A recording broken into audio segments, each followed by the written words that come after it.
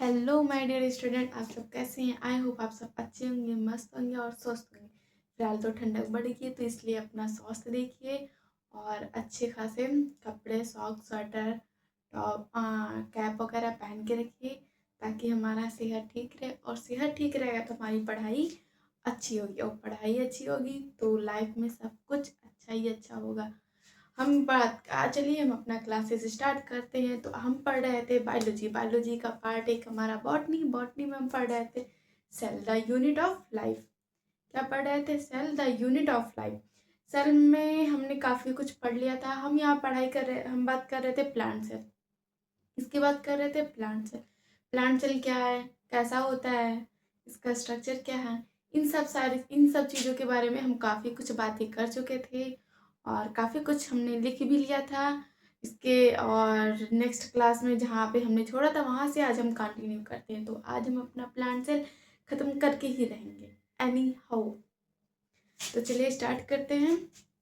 हमने कहाँ तक पढ़ा था? हमने पढ़ लिया था cell wall, cell membrane, cytoplasm, mitochondria, chloroplast, plastid, chromoplast, leucoplast, vacuoles, Golgi body, etc और ribosomes, endoplasmic reticulum, rough endoplasmic reticulum, smooth endoplasmic reticulum, जितने सारे ऑर्गेनल्स थे।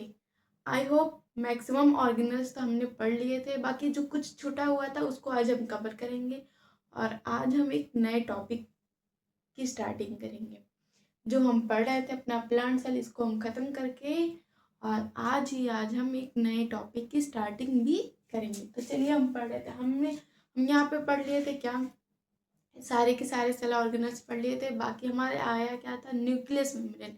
न्यूक्लियस मेम्ब्रेन क्या है? बात कर रहे हैं न्यूक्लियस मेम्ब्रेन। तो न्यूक्लियस मेम्ब्रेन क्या है?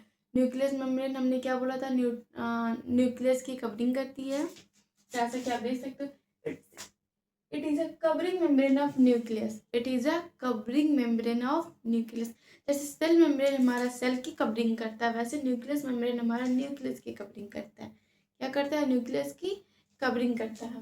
तो न्यूक्लियस मेम्ब्रेन क्या है? It is covering membrane of nucleus. It is covering membrane of nucleus. Nucleus membrane क्या है? न्यूक्लियस की चारों तरफ की एक लेयर है। न्यूक्लियस के चारों तरफ एक लेयर पाया जाता है जिसे हम क्या कहते हैं? Nucleus membrane. क्या कहते हैं? Nucleus membrane. ऐसे बोले तो न्यूक्लियस की जो कवरिंग करता है, जो मेम्ब्रेन कवरिंग करता है या जो लेयर कवरिंग करता है, वो हमारा क्या कहलाता है? न्यूक्लियस मेम्ब्रेन कहलाता है। क्या कहलाता है? Nucleus membrane. ये covering membrane of nucleus and protect the genetic material. और ये क्या करता है? हमारे न्यूक्लियस मेम्ब्रेन हमारे न्यूक्लियस का तो कवरिंग करता ही है और साथ ही साथ में हमारा क्या करता है? जेनेटिक मटेरियल का प्रोटेक्शन भी करता है। क्या करता है? जेनेटिक मटेरियल को प्रोटेक्ट भी करता है। न्यूक्लियस की कवरिंग करता है और क्या करता है? ये हमारा न्यूक्लियस का कवरिंग करता है और क्या करता है? जेनेटिक मटेरियल की प्रोटेक्शन करता है। क्या करता है? जेनेटिक मटेरियल में क्या आता है? हमारा डीएनए आता, आरएनए आता, क्रोमोसोम्स आते हैं। क्या आते हैं? डीएनए आता है, आरएनए आता और क्या आता है? जेनेटिक मटेरियल में DNA, RNA and chromosome. Chromosome में भी बहुत कुछ आते हैं। डीएनए में भी, डीएनए में क्या ही है? डीएनए, आरएनए, क्रोमोसोम में क्रोमेटिन फाइबर फिर जीन और सारे ऐसे ऐसे चीजें आते हैं। तो हमारे यहाँ पे क्या करता है? Nucleus membrane, covering membrane of nucleus. Nucleus का एक कवरिंग मेम्ब्रेन होता है। Protect the genetic material. ये हमारे जेनेटिक मटेरियल को क्या करता है? प्रोटेक्ट करता है। क्या करता है? प्रोटेक्ट करने का, हमारे जेनेटिक मटेरियल को प्रोटेक्ट करने का काम कौन करता है? न्यूक्लियस मेम्ब्रेन करता है। कौन करता है? न्यूक्लियस मेम्ब्रेन करता है। Bye separating it from the cytoplasm regulate the transport of molecules between the nucleus। और ये क्या करता है? जो हमारे मॉलिक्यूल्स होते हैं, क्या होते हैं? Molecules. separating if from the cytoplasm regulate the transport of molecules। जो हमारा साइटोप्लाज्म ट्रांसपोर्ट करता है, जो मॉलिक्यूल्स ट्रांसफर करता है किसमें? न्यूक्लियोप्लाज्म में।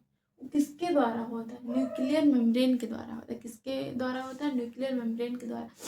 जो हमारा न्यूक्लियो प्लाज्म होता है उससे जो मॉलिक्यूल्स ट्रांसफर होते हैं साइटोप्लाज्म में, और साइटोप्लाज्म में जो मॉलिक्यूल्स ट्रांसफ़र होते हैं न्यूक्लियोप्लाज्म में। ये काम कौन करवाता है? हमारा न्यूक्लियस मेम्ब्रेन ही करवाता है। कौन करवाता है? न्यूक्लियस मेम्ब्रेन करवाता है। तो साइटोप्लाज्म में जो हमारे मॉलिक्यूल्स होते हैं, जो भी हमारे यूज़फुल चीज़ें हैं, वो न्यूक्लियोप्लाज्म में ट्रांसफ़र कौन करवाता है? Nucleus membrane. और जो हमारा न्यूक्लियोप्लाज्म से होता है, वो साइटोप्लाज्म में कौन ट्रांसफ़र कराता है? Nuclear membrane. कौन करवाता है? Nucleus membrane. यहाँ बात करते हैं the rest of cell through. The rest of cell through nuclear pores. किसके द्वारा होता है? ये न्यूक्लियर पोर्स के द्वारा होता है। किसके द्वारा होता है? न्यूक्लियर पोर्स के द्वारा होता है। जैसे हमारा क्या है, जैसे सेल सेल है, सेल मेम्ब्रेन के बाहर की चीज़ें साइटोप्लाज्म आती थी। किसके द्वारा? सेल मेम्ब्रेन के द्वारा।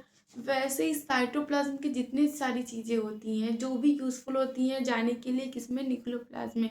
वो न्यूक्लियस मेम्ब्रेन के थ्रू जाती हैं। और जो हमारा न्यूक्लियस मेम्ब्रेन में यूज़फुल चीज़ें होती हैं जिसे साइटोप्लाज्म में आनी होती है, वो किसके थ्रू आती हैं? हमारे न्यूक्लियस मेम्ब्रेन के द्वारा आती हैं। किसके द्वारा आती है? न्यूक्लियस मेम्ब्रेन के द्वारा आती हैं। और the rest of the cell, और जब हमारा सेल रेस्ट में होता है तो किसके थ्रू होता है? ये हमारा न्यूक्लियर फोर्स के थ्रू होता है। किसके द्वारा होता है? न्यूक्लियर फोर्स के द्वारा। तो बात करते हैं फंक्शन क्या है। तो न्यूक्लियर मेम्ब्रेन का फंक्शन क्या है? इसका फंक्शन क्या है? सेफ गार्डिंग करना, सेफ गार्डिंग द डीएनए। जैसे देख सकते हैं इसका फंक्शन क्या है? Safeguarding the DNA from damage, maintaining the shape of the nucleus and controlling the passage of ions। जो हमारे आयंस मॉलिक्यूल साइटोप्लाज्म से न्यूक्लियोप्लाज्म में ट्रांसफर होते हैं, उनको हमारा उन्हें रास्ता कौन देता है?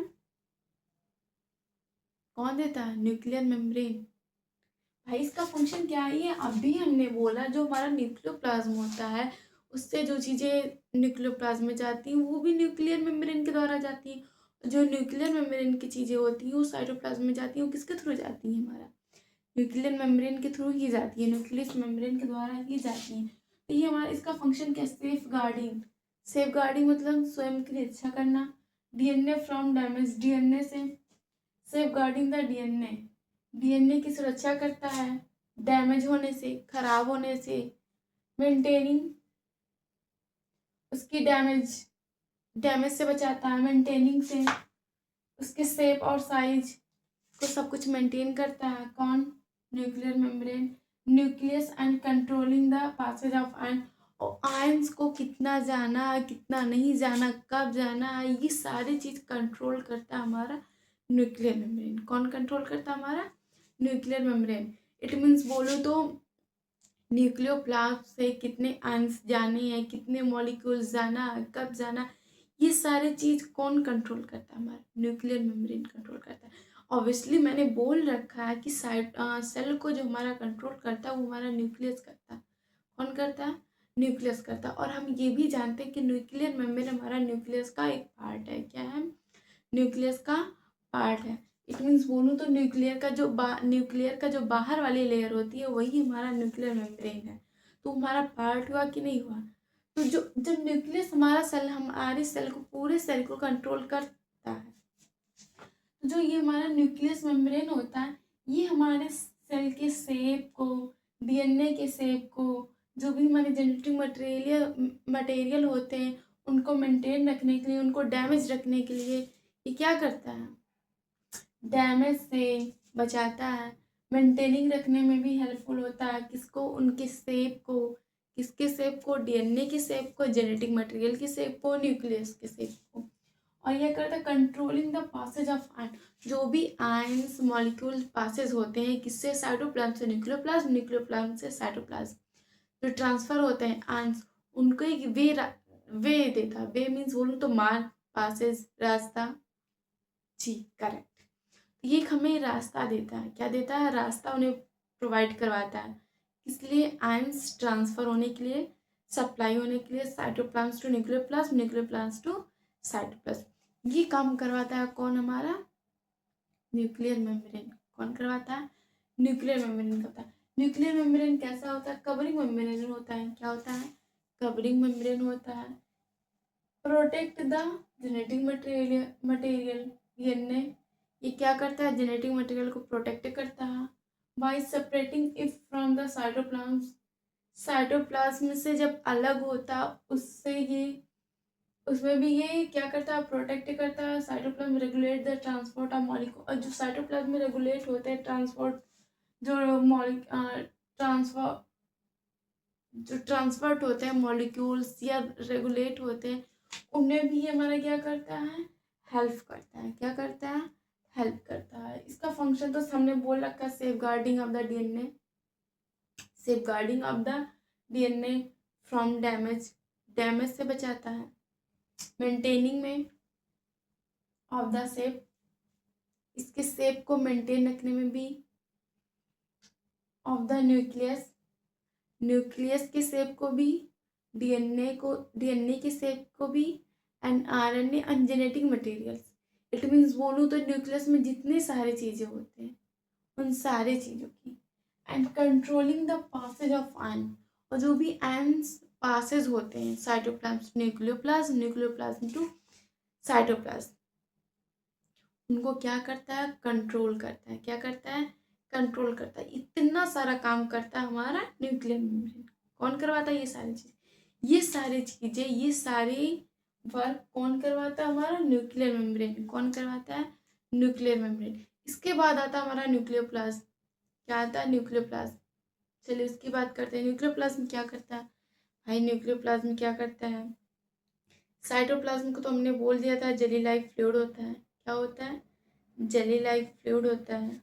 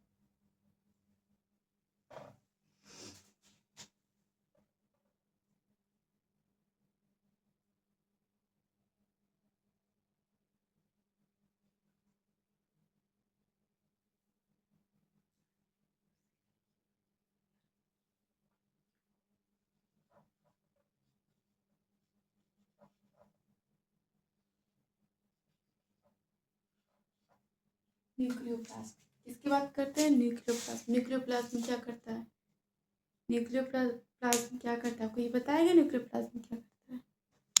न्यूक्लियोप्लाज्म क्या करता है, न्यूक्लियोप्लाज्म हमारा कैसा होता है, जेल लाइक सब्सटेंस होता है। कैसा होता है, जेल लाइक सब्सटेंस। यहाँ सबसे पहले तो हम ये लिखेंगे, न्यूक्लियोप्लाज्म हमारा कैसा होता है, it is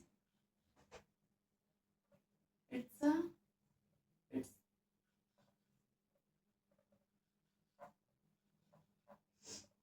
gel like substance. कैसा होता है, जेल लाइक सब्सटेंस होता है। न्यूक्लियोप्लाज्म हमारा कैसा होता है, जेल लाइक सब्सटेंस होता है। कैसा होता है, जेल लाइक सब्सटेंस होता है। दूसरा, it's provide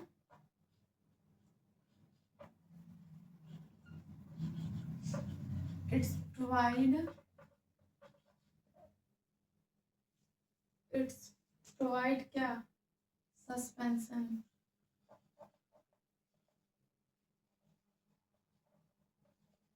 suspension medium of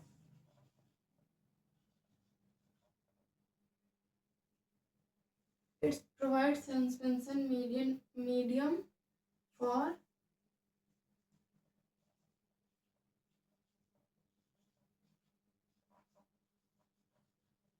nuclear organelles.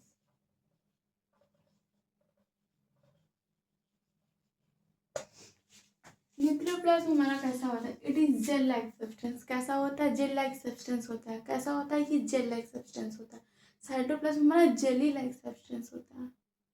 Difference इसमें और इसमें क्या है, हमने बोला था साइटोप्लाज्म हमारा जेली लाइक सब्सटेंस होता है। जेली बोलूँ तो जेली, जैसे जेली टॉफी आती है, आपने देखा होगा, वो काफ़ी डार्क होता है। आई मीन बोलूँ तो ना मैं उसको सॉलिड बोल सकती हूँ, ना ही लिक्विड बोल सकती हूँ। बट जो हमारा न्यूक्लियोप्लाज्म होता है, हमारा लिक्विड होता है, टोटल लिक्विड होता है। और जो हमारा साइटोप्लाज्म होता है वो चिपचिपा सा होता है, ऐसे ऐसे ऐसे ऐसे। जेल जेल मैं बोलूँ तो जैसे हम ब्रश करते हैं, जो हमारा कोलगेट आता है, क्लोजअप आता है, टूथपेस्ट आता है, वो सारे के सारे हमारे जेली लाइक होते हैं। साइटोप्लाज्म में जो होता है वो ऐसे जेली लाइक सब्सटेंस होता है, बट जो हमारा न्यूक्लियोप्लाज्म में होता है उसमें जो होता है वो बहुत ही लाइटर होता है। लाइटर बोलूँ तो जेल होता है, वाटर। हाँ, वाटर बोलेंगे चलेगा, कोई दिक्कत नहीं है। उसमें क्या होता है, वो जेल होता है। तो यहाँ पे देखिए, इट्स जेल लाइक सब्सटेंस। क्या होता है? Gel like substance. It's provide suspension medium for nuclear organ. क्या? It's provide suspension medium. It's provide suspension medium for nuclear organelles. क्या करता है ये हमारे न्यूक्लियर ऑर्गेनल्स को सस्पेंशन मीडियम प्रोवाइड करवाता है। क्या करता है? सस्पेंशन मीडियम प्रोवाइड करवाता है। कौन? न्यूक्लियोप्लाज्म। न्यूक्लियोप्लाज्म में क्या करता है? ये क्या करता है? हमारे न्यूक्लियर ऑर्गेनल्स, इट मीन्स बोलूँ जो न्यूक्लियस में पाए जाते हैं सब्सटेंस, ऑर्गेनल्स या जो भी चीज़ें पाए जाते हैं, उसे ये क्या करता है? सस्पेंशन मीडियम प्रोवाइड करवाता है। क्या करवाता है? Suspension medium. क्या करवाता है? सस्पेंशन मीडियम प्रोवाइड करवाता है। और ये क्या करवाता है? चलिए देखते हैं। और ये क्या करता है? Maintaining the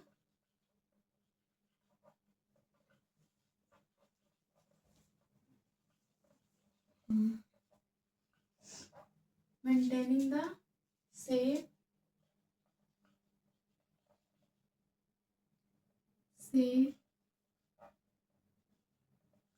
size of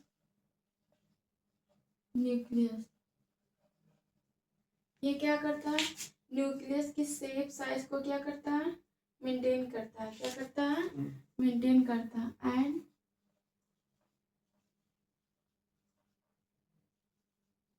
facilitate. क्या? Facilitate crucial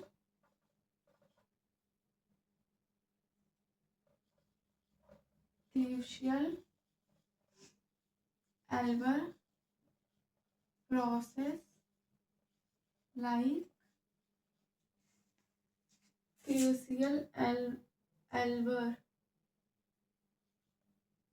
crucial elber process like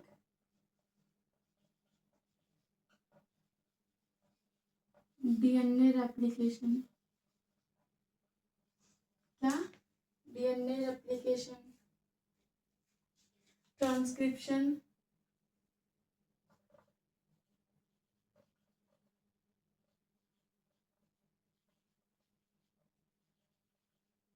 क्या करता है हमारा?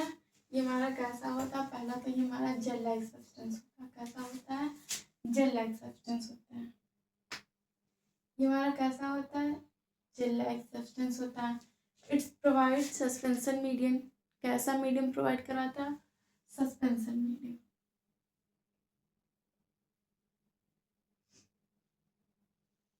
सस्पेंशन मीडियम प्रोवाइड कराता है किसके लिए? न्यूक्लियस ऑर्गेनल्स के लिए। किसके लिए? न्यूक्लियर ऑर्गेनल्स के लिए। और ये क्या करता है? Maintaining the safe size. Nucleus की सेफ साइज को मेंटेन करता है। क्या करता है? मेंटेन करता है। एंड फैसिलिटेट क्रूशियल एल्बर प्रोसेस। क्रूशियल एल्बर प्रोसेस जो होता है, जैसे DNA replication, transcription, translation.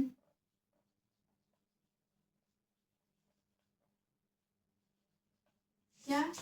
Maintaining the safe size of nucleus and facilitate crucial Elber process of DNA transcription and the regulation of the transcription, translation and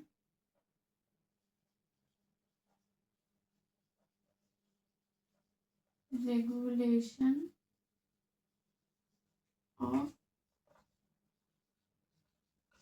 nucleoplasm. कैसा होता है? Jelly like substance होता है। ये क्या करता है? ये सस्पेंशन मीडियम प्रोवाइड करवाता है, किसके लिए? न्यूक्लियर ऑर्गेनेल्स के लिए। और ये क्या करता है? हमारी न्यूक्लियस के शेप और साइज को मेंटेन रखता है, और जिसमें क्रूशियल एरर प्रोसेस होती है, फैसिलिटेट क्रूशियल एरर प्रोसेस होती है, जैसे लाइक एज डीएनए रेप्लिकेशन। क्या होती है? DNA replication, transcription, translation and regulation of DNA ये सारे प्रोसेस जो होती है उसको क्रूशियल एल्बर प्रोसेस कहते हैं। क्या कहते हैं? क्रूशियल एल्बर प्रोसेस। और ये कौन करवाता है? हमारा न्यूक्लियोप्लाज्म करवाता है। कौन करवाता है? न्यूक्लियोप्लाज्म करवाता है। न्यूक्लियोप्लाज्म कैसा होता है? जेल लाइक सब्सटेंस होता है। कैसा होता है? जेल लाइक सब्सटेंस होता है। और ये क्या करवाता है? सस्पेंशन मीडियम प्रोवाइड करवाता है, किसके लिए? न्यूक्लियर ऑर्गेनल्स के लिए। किसके लिए? न्यूक्लियर ऑर्गेनल्स के लिए। और ये क्या करवाता है? न्यूक्लियर को न्यूक्लियर न्यूक्लियर के शेप और साइज को क्या करता है? Nucleus, no problem. न्यूक्लियस के शेप और साइज को क्या करता है? मेंटेन करता है। क्या करता है? मेंटेन करता है। और जिसमें फैसिलिटेट क्रूशियल प्रोसेस होती है। फैसिलिटेट क्रूशियल प्रोसेस बोलूँ तो DNA replication, transcription, translation and DNA regulation. ये सारी चीज़ें जो होती हैं इसे कौन करवाता है? हमारा न्यूक्लियोप्लाज्म ही करवाता है। कौन करवाता है? न्यूक्लियोप्लाज्म करवाता है। कौन कराता है? न्यूक्लियोप्लाज्म करता है। इसके बाद आता है हमारा न्यूक्लियस। क्या आता है? न्यूक्लियस। इसके बाद हम बात करते हैं न्यूक्लियस की। आप इसे नोट कर लीजिए।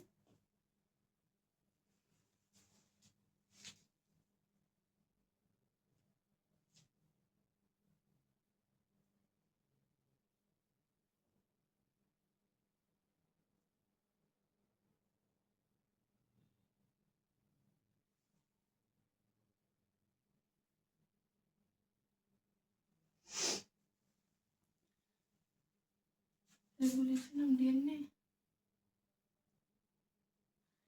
maintaining safe side of nucleus and facilitate crucial process like as DNA replication, transcription.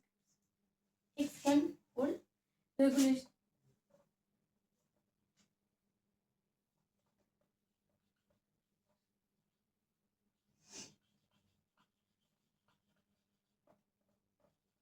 यहाँ पे हम रेगुलेशन ऑफ जेनेटिक मटेरियल लिखेंगे, क्योंकि जेनेटिक मटेरियल में हमारे बहुत सारी चीज़ आ जाती हैं। सिर्फ डीएनए ही नहीं है, तो अगर हम सिर्फ डीएनए लिख देंगे तो बाकी सारी चीज़ें हमारी स्किप रह जाती हैं। तो इसलिए हम यहाँ पे क्या लिखेंगे? जेनेटिक मटेरियल लिखेंगे। क्या लिखेंगे? जेनेटिक मटेरियल लिखेंगे। इसके बाद आता है हमारा न्यूक्लियस, और न्यूक्लियस के बाद हमारा प्लांट सेल खत्म होता है। इसके बाद हम अपना स्टार्ट करते हैं क्या? Animal cell. I think animal cell interesting होगा। Then plant cell. Plant cell में क्या है कि प्लांट सेल की जो ऐसे बोलूँ तो प्लांट की चीज़ों, प्लांट वाली चीज़ों में मैं कुछ चीज़ें हम देखे नहीं होते। इट मीन्स हमने फील नहीं किया होगा आई एक्सपेरिमेंट। बट जो एनिमल सेल होता है उसमें हमें फीलिंग आती है, क्योंकि एनिमल सेल में हमारी बॉडी में ही होता है। एनिमल सेल, प्लांट सेल को तो हम सिर्फ देख के बता सकते हैं, उसमें तो हम फील नहीं कर सकते ना। ऐसा बोलूँ तो हम फील कब कर सकते हैं? जब उस पर रिसर्च करें, एक्सपेरिमेंट करें। अगर हम फील करना चाहें तो हम फील कर सकते हैं, कोई दिक्कत नहीं है कि फील नहीं कर सकते। बिल्कुल। चलिए प्रैक्टिकल करते हैं, एक्सपेरिमेंट करते हैं लैब में, अच्छी खासी फीलिंग आई। बट जो एनिमल्स में बोलूँ तो जो चीज़ें हमारे सामने अक्सर होती हैं वो चीज़ें हमें ज़्यादा पढ़ने में या जानकारी लेने में उसके बारे में हम ज़्यादा ही इंटरेस्टेड रहते हैं। अब क्या होगा, अब क्या होगा, इसमें क्या होगा। और जो चीज़ें हम नहीं देखते हैं उसमें थोड़ा सा कम रुचि लेता है। लेकिन ऐसा नहीं, जो हमारा प्लांट की चीज़ों में क्या है ना कि उतना मुझसे रहते नहीं। एनिमल हमारे आसपास ही रहते हैं, प्लांट भी हमारे आसपास रहते हैं, लेकिन हम उतना केयर नहीं करते ना, ऐसा भी आप बोल सकते हैं। बट हाँ, अगर इंसान पढ़ना चाहे और धीरे धीरे, क्या है ना, इंटरेस्ट एक साथ नहीं आती है, धीरे धीरे आती है। तो अगर आज हम 1%, कल ऐसे हमारा 2%, और नेक्स्ट टाइम 5%, उससे ज़्यादा 15%, ऐसे ऐसे इंटरेस्ट बढ़ता है हमारा। ऐसे पहले नहीं थी, मुझे भी नहीं रही होगी मे बी, बट अब आ गया है। तो हम इंटरेस्टेड हैं पढ़ने में भी, और आप सभी को पढ़ाने में भी। तो मैं भी आप लोगों से यही आशा करती हूँ कि आप भी पढ़ने में इंटरेस्टेड हो। हाँ, अगर पढ़ाना भी चाहें तो श्योरली पढ़ा सकते हैं। कैसे अपने छोटे भाई बहन को भी पढ़ाया जा सकता है, जो क्लास 7th 8th में है, 6 में है। हाँ, जो हमारा सेल चैप्टर है वो क्लास 8th में है। ये क्लास 8th में भी है, अगर क्लास 8th वाले बच्चे भी पढ़ना चाहें तो पढ़ सकते हैं, बेशक कोई दिक्कत नहीं है। बस हाँ, ये है कि सारी की सारी कंटेंट्स वही हैं, बस कुछ चीज़ें जैसे मैंने न्यूक्लियो, उसमें क्या है कि न्यूक्लियस बता के छोड़ दिया जाता है, बट मैंने यहाँ पे न्यूक्लियस मेम्ब्रेन बताया, न्यूक्लियोप्लाज्म बताया, फिर लास्टली मैं न्यूक्लियस बता रही हूँ। तो वैसे वैसे कोई दिक्कत नहीं है, अगर आप थोड़ा सा एक्स्ट्रा नॉलेज ले रहे हो तो एक्स्ट्रा नॉलेज लेना भी हमारी सेहत के लिए नुकसानदायक थोड़ी ना होता है, बिल्कुल नहीं होता है। जितना नॉलेज लेना चाहे उतना ले, बट हाँ, लेने का पर्पज़ सिर्फ लेना ही नहीं है, उसको स्टोर करना भी हो। लेने का इंसान कितना भी नॉलेज क्यों ही ना ले ले, अगर वो अपनी बॉडी के अंदर, माइंड के अंदर स्टोर ही ना कर पाए तो मतलब क्या है, मतलब क्या है। चलिए छोड़ते हैं, आइए हम अपनी बात करते हैं। इसके बाद आता हमारा न्यूक्लियस। क्या आता है? Nucleus. Anybody tell me? Nucleus. Nucleus क्या है? कोई बताएगा न्यूक्लियस क्या है?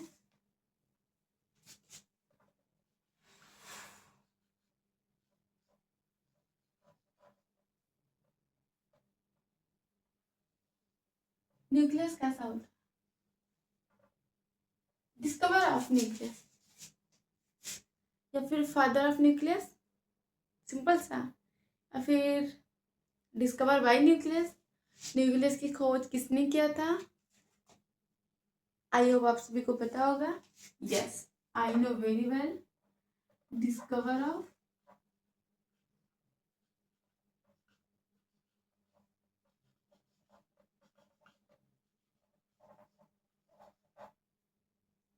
वे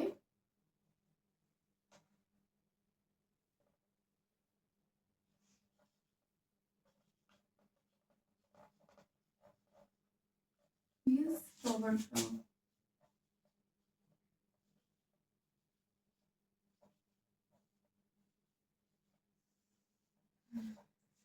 न्यूक्लियस की खोज किसने किया था? रॉबर्ट ब्राउन ने किया था। किसने किया था? रॉबर्ट ब्राउन ने किया था। न्यूक्लियस कैसा होता है? It is double membrane.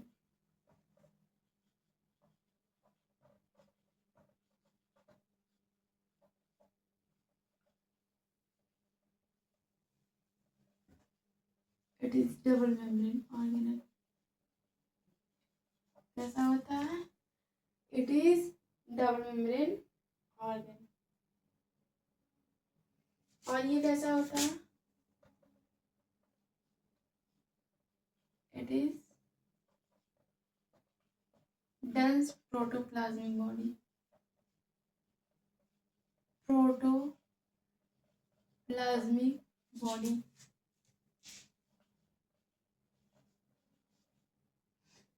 Double membrane organelles बोल सकते हैं या डबल मेम्ब्रेन बाउंडेड ऑर्गेनल्स बोल सकते हैं। एनीथिंग।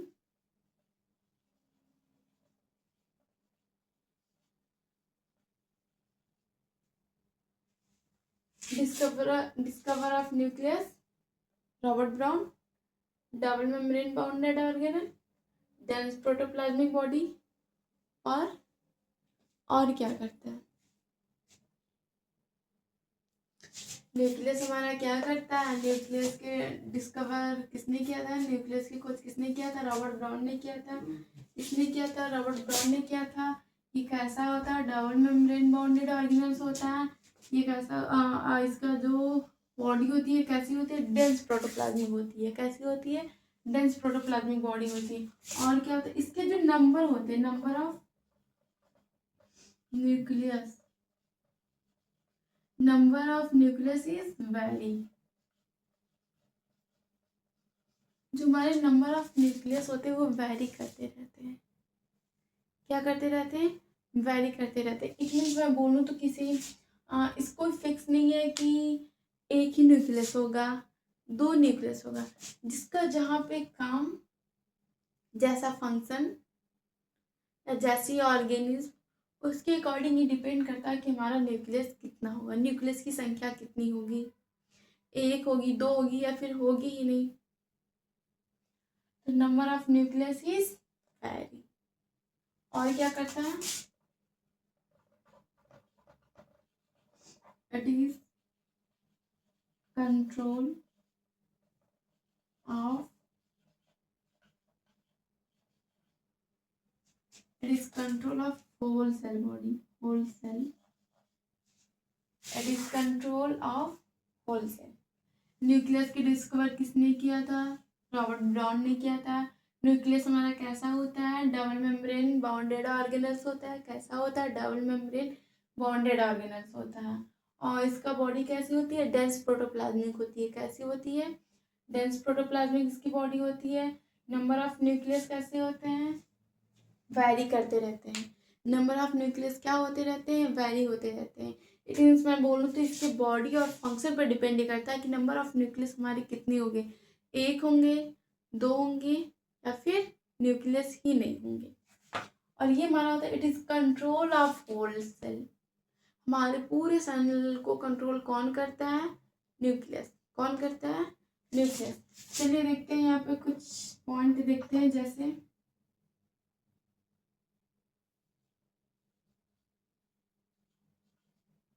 यूनिन्यूक्लिएटेड,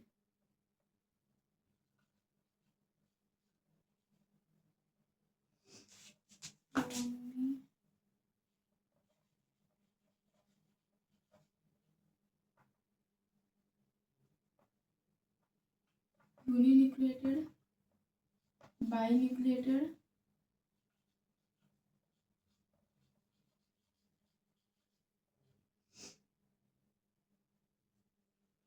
अनन्यूक्लिएटेड। ऐसा होता है।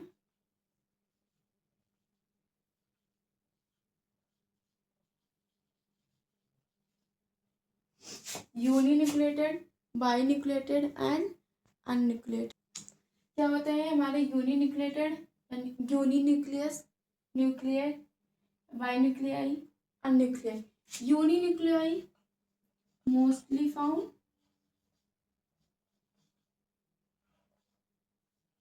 यूकैरियोटिक सेल, इसमें यूकैरियोटिक सेल। बाइन्यूक्लिएटेड पैरामीशियम,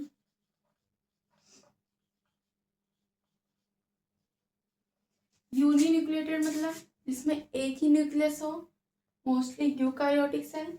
बाइन्यूक्लिएटेड जिसमें जिस सेल में दो न्यूक्लियस पाए जाए, वो कैसे होते हैं? बाइन्यूक्लिएटेड होते हैं। एग्जाम्पल पैरामीशियम, क्या होता है हमारा? पैरामीशियम होता है। और ऐसे ऑर्गेनिज्म या ऐसा न्यूक्लियस, ऐसा सेल जिसमें न्यूक्लियस ही ना हो, ऐसी ऑर्गेनिज्म जिसके सेल में न्यूक्लियस ही ना हो, वो क्या होते हैं? अनन्यूक्लिएटेड होते हैं। जैसे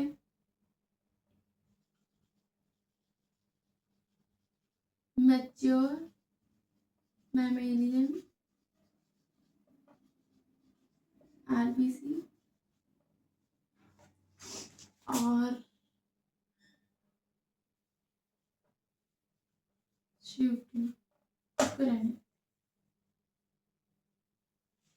जो हमारा मैच्योर मैमेलियन आरबीसी होता है, उसमें न्यूक्लियस नहीं पाई जाती है। जो हम लोग मैच्योर मैमेलियन आरबीसी बोलूँ तो हमारे बॉडी में, हम लोगों की बॉडी में जो आरबीसी पाया जाता है, रेड ब्लड सेल पाया जाता है, उसमें न्यूक्लियस नहीं पाया जाता, उसमें न्यूक्लियस नहीं पाया जाता। क्या आपने पढ़ा है कहीं कि आरबीसी में न्यूक्लियस पाया जाता है, डब्ल्यूबीसी में न्यूक्लियस पाया जाता है, और उसका जो न्यूक्लियस होता है वो कैसा होता है? अमीबॉइड होता है।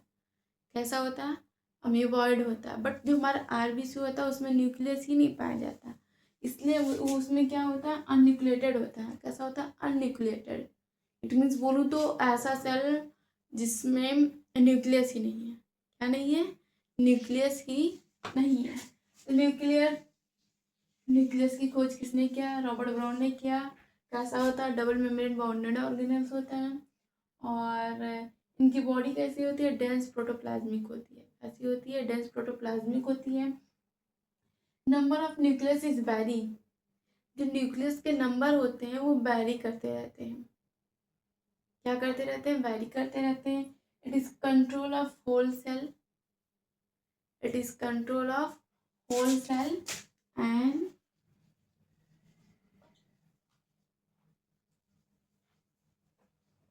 Metabolism.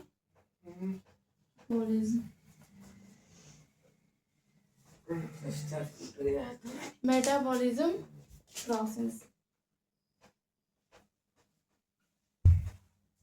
It is control of whole cell and metabolism process. और यूनिन्यूक्लिएटेड मतलब जिसमें एक ही न्यूक्लियस पाई जाती है। एग्जाम्पल मोस्टली यूकैरियोटिक सेल, जितने सारे यूकैरियोटिक सेल पाए जाते हैं उसमें सिंगल न्यूक्लियस पाया जाता है। बाइन्यूक्लिएटेड पैरामीशियम, जो हमारे पैरामीशियम होते हैं उसमें 2 न्यूक्लियस पाए जाते हैं। उनकी जो सेल होती है उसमें 2 न्यूक्लियस पाई जाती है।